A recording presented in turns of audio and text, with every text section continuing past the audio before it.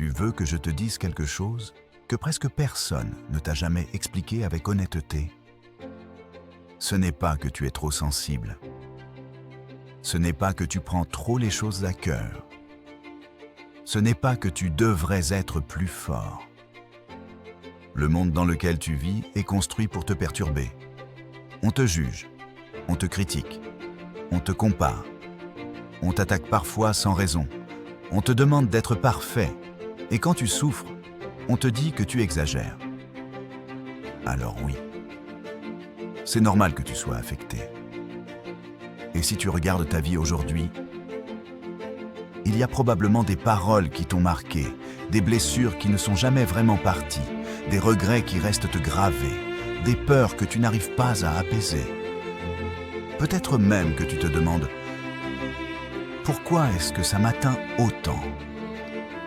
Pourquoi je n'arrive pas à laisser couler ?»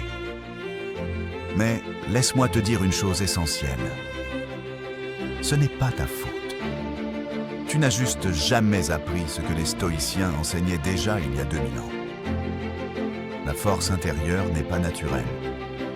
Elle se construit. La paix intérieure n'est pas un miracle, c'est une méthode. Le calme émotionnel n'est pas un don, c'est un art.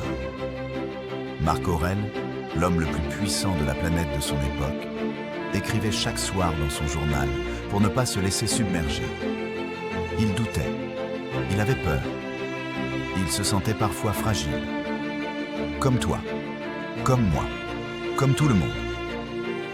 Et pourtant, il a appris à devenir inébranlable.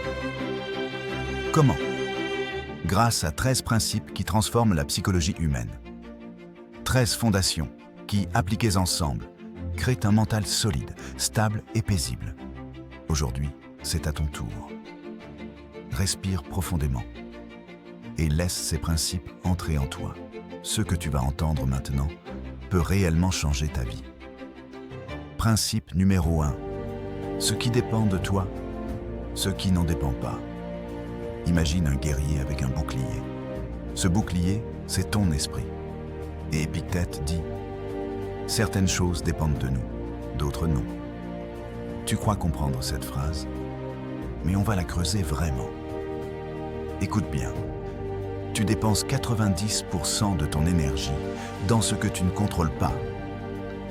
Les opinions des autres, leur comportement, le passé, le futur, la météo, ce que les gens veulent ou refusent, les imprévus, les injustices, le regard social. Chaque fois que quelque chose t'affecte, demande-toi, est-ce que ça dépend vraiment de moi? Si la réponse est non, tu lâches, tu respires, tu reviens à ta zone d'action. Si la réponse est oui, tu agis, sans t'excuser, sans tergiverser. Les stoïciens ne cherchent pas à tout contrôler. Ils choisissent intelligemment où mettre leur puissance. Et toi? Peut-être que depuis des années, tu as placé ton énergie au mauvais endroit. Et c'est pour ça que tu t'épuises. Aujourd'hui, ça change. Principe numéro 2. Tu es plus grand que l'épreuve. Marc Aurèle disait « L'obstacle devient la voie ». Pas une phrase de motivation. Une vérité psychologique. Regarde les moments les plus durs de ta vie, peu importe lesquels. Des blessures, des échecs, des ruptures, des trahisons, des pertes. Tu as survécu, tu as appris, tu as grandi. Tu ne t'en rends peut-être pas compte, mais chaque épreuve t'a façonné. Les stoïciens disent « L'épreuve ne t'écrase pas, elle t'affûte ». Si tu arrives à changer ton regard, même légèrement, l'obstacle n'est plus un mur, c'est un escalier. Principe numéro 3. Tu ne souffres pas des choses, mais de tes jugements. Imagine 2 personnes qui vivent la même situation. L'une s'effondre, l'autre reste calme. Pourquoi? Parce que ce n'est pas la situation qui crée la souffrance. C'est l'interprétation. Marc Aurèle disait « Tu peux te libérer à l'instant même, si tu le veux. Efface ton jugement. » Tu crois que ce sont les gens qui t'atteignent? Non. C'est la signification que tu attribues à ce qu'ils disent. Tu souffres rarement du réel. Tu souffres de l'histoire que ton mental fabrique. Cette prise de conscience peut réduire tes souffrances de moitié. Et ce n'est pas exagéré. Principe numéro 4. Le présent est supportable. La plupart de tes douleurs viennent du passé qui n'existe plus, du futur qui n'existe pas encore. Les stoïciens enseignaient un exercice simple. Reviens au présent, toujours. Observe. Ton corps respire, ton cœur bat, tu es vivant. Le moment est léger, dans 90% des cas. Ce qui te fait peur n'est pas dans le présent, c'est dans ta tête. Principe numéro 5. Ne réagis pas, réponds. Un homme provoque le stoïcien. Il insulte, il crie, il attaque verbalement. Le stoïcien se contente d'observer. Il prend une seconde, une seule, une respiration. Ce délai change tout. Épictète disait, entre l'événement et ta réaction, il y a un espace. Dans cet espace se trouve ta liberté. Cet espace, c'est ce qui transforme un être humain ordinaire en être humain solide. Ta colère n'est pas un choix.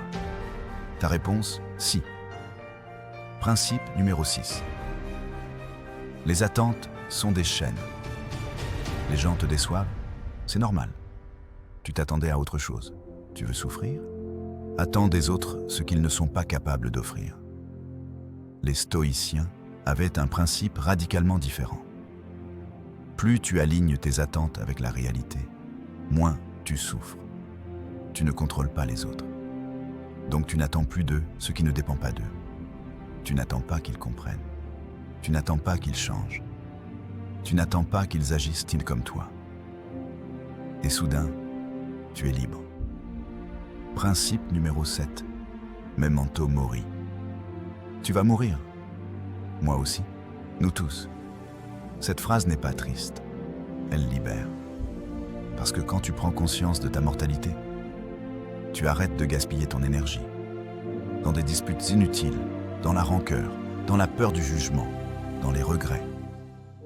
Marc Aurèle disait « Tu vas bientôt mourir, mais tu refuses encore de vivre. » Le memento mori te réveille. Il te pousse à vivre, maintenant. Principe numéro 8. Amor fati. Âme, ton destin. Ce principe est l'un des plus puissants. Il dit, ne te contente pas d'accepter ce qui arrive. Aime-le. Pourquoi? Parce que chaque événement, agréable ou non, t'offre une croissance, une transformation, un apprentissage. Les stoïciens ne disent pas que tout est bon. Ils disent peut-être que tout peut être utile. Et cela change ta vie. Tu ne te bats plus contre la réalité. Tu l'accompagnes. Tu danses avec elle. Principe numéro 9. Les émotions sont des informations, pas des ordres. La colère n'est pas un ennemi. La peur n'est pas un échec. La tristesse n'est pas une faiblesse. Ce sont des signaux. Le stoïcien ne supprime pas ses émotions. Il les écoute puis décide. Tu ressens une émotion. Demande-toi, pourquoi? Que veut-elle me dire? Qu'est-ce qui dépend de moi? Quelle est la meilleure réponse rationnelle? C'est la maturité émotionnelle. La vraie. Principe numéro 10. La discipline est une victoire sur toi-même. Les stoïciens étaient disciplinés. Pas pour être durs, pour être libres.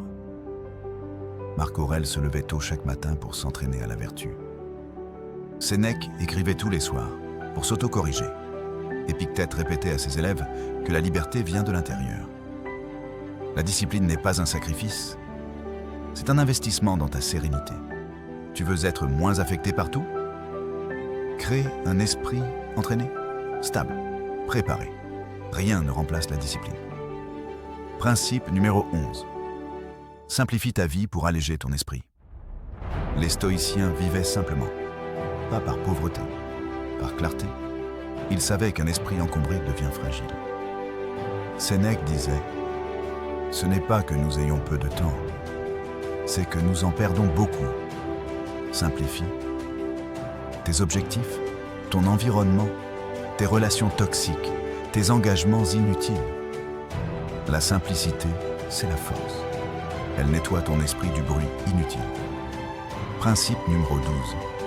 Sois inébranlable, pas insensible. Le stoïcien n'est pas une pierre. Il ressent, il aime, il pleure, il rit, mais il ne s'écroule pas. Pourquoi? Parce que ses racines sont profondes.